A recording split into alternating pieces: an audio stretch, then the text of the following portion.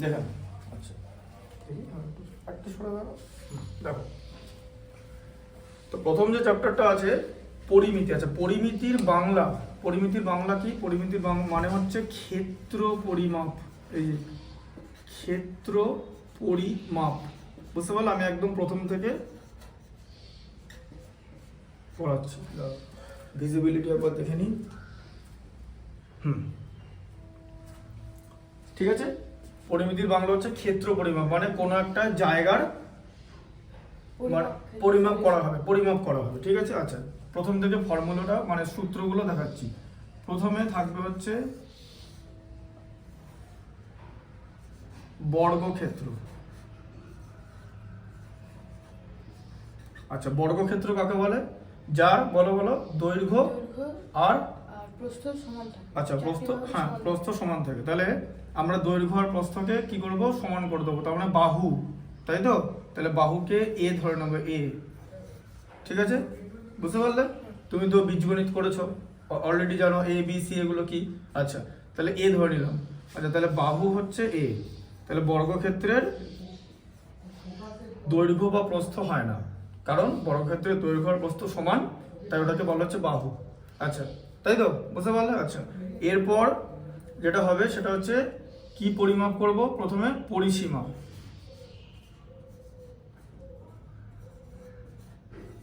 আচ্ছা, পরিসীমা কত হবে বলো? আচ্ছা, পরিসীমা বাহুকে ইংলিশে কি বলে? সাইড বলে, সাইড। ঠিক আছে, এই যে কথাগুলো লেখা থাকলো, তুমি যখন দেখবে তখন এগুলো জানতে পারবে। ঠিক আছে, এটা কি রেকর্ডেড ক্লাস বলে। আচ্ছা, পরিমিতির ইংলিশ হচ্ছে, দেখো, মেনসারেশন। এই যে MEN, এই যে মেনসুরেশন বলে, মেনসুরেশন। ঠিক আছে, দেখো, বুঝতে পারলে? বর্গক্ষেত্রকে ইংলিশে কি বলে? স্কোয়ার বলে। এই যে স্কোয়ার। ঠিক আছে। আচ্ছা, পরিসীমাকে ইংলিশে কি বলে? পেরিমিটার।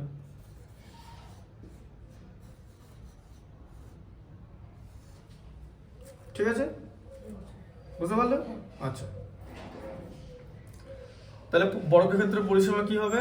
4 ইন্টু বাহু, তাই তো? হ্যাঁ, বা 4A। আর এটা কি হবে? যা থাকবে সেটা একক, কারণ পরিসীমাতে একটাই ইউনিট আছে, একটাই একক আছে। 4 ইন্টু বাহু, তাই তো পরিসীমা। আচ্ছা, ক্ষেত্রফল কি হয় বলতে পারবে? ইংলিশে না, ক্ষেত্রফলের সূত্রটা তুমি বলো। ইংলিশটা তো আমি বলে দিচ্ছি পাশে। ক্ষেত্রফলকে ইংলিশে বলা হচ্ছে এরিয়া। ঠিক আছে, ক্ষেত্রফলকে ইংলিশে বলে এরিয়া। বোঝা গেল? আচ্ছা, এবার ক্ষেত্রফলের সূত্রটা কি বলতে পারবে?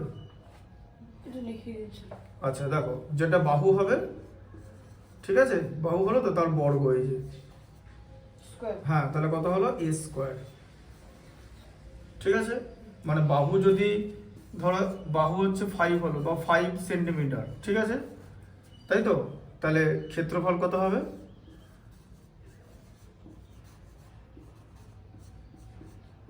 5 স্কোয়ার মানে কি? 5 ইন্টু 5 মানে হচ্ছে 25। এবার এটা সেন্টিমিটার আছে তো, তাহলে তোমার কি করতে হবে? সেন্টিমিটার স্কোয়ার দিতে হবে। এইভাবে হবে। ঠিক আছে, এটা হচ্ছে বর্গক্ষেত্র। বুঝতে পারলে? ক্লিয়ার তো? আচ্ছা, এটা রেকর্ডে দেখে নেবে। ঠিক আছে, ভালো করে। আর ইংলিশগুলো বুঝতে পারলে আস্তে আস্তে শিখতে হবে। ঠিক আছে, যেমন যে পূর্ব পাঠ, এটার ইংলিশ কি? হ্যাঁ, রিভিশন লেসন। ঠিক আছে। আচ্ছা, এরপরে আসবে হচ্ছে এরকম একটা জিনিস, তাই তো? হ্যাঁ, এটাকে কি বলে বলো?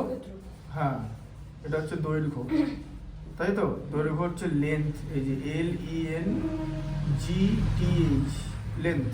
ঠিক আছে, এটাকে কি বলে বলো? প্রস্থ।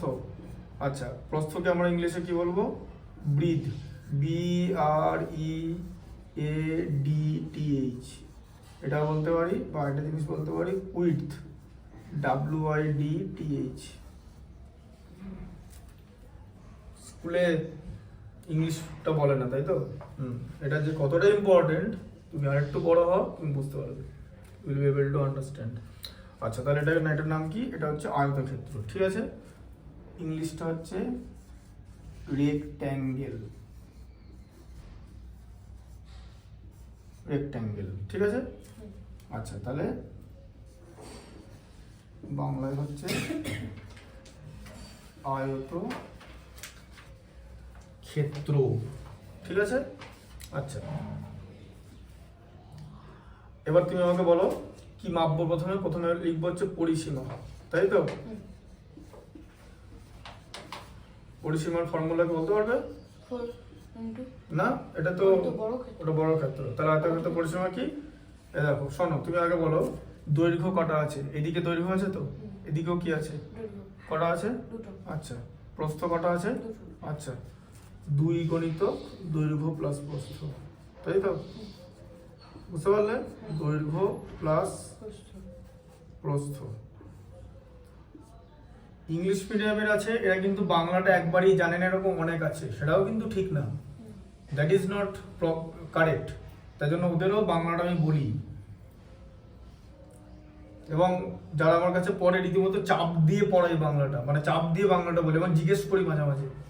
মানে এরকম আছে যে 1 থেকে 100 মানে বাংলায় বলতে বলেছি, মানে ওরা কিন্তু ওদের মধ্যে কিন্তু অনেকেরই উইকনেস আছে, 1 থেকে 100 বলা অসুবিধা আছে, ঠিক আছে।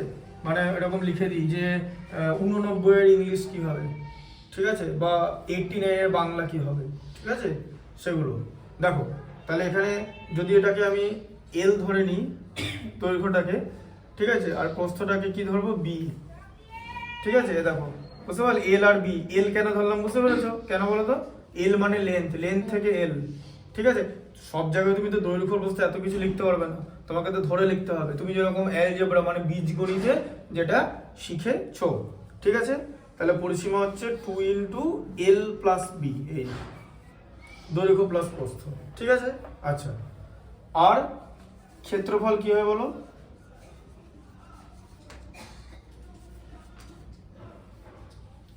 বলো ক্ষেত্রফল কি হবে? বলো। 5 না, ক্ষেত্রফল মানে কি? দৈর্ঘ্য ইন্টু প্রস্থ, ঠিক আছে। এ দেখো, দৈর্ঘ্য গণিত প্রস্থ, তার মানে কি?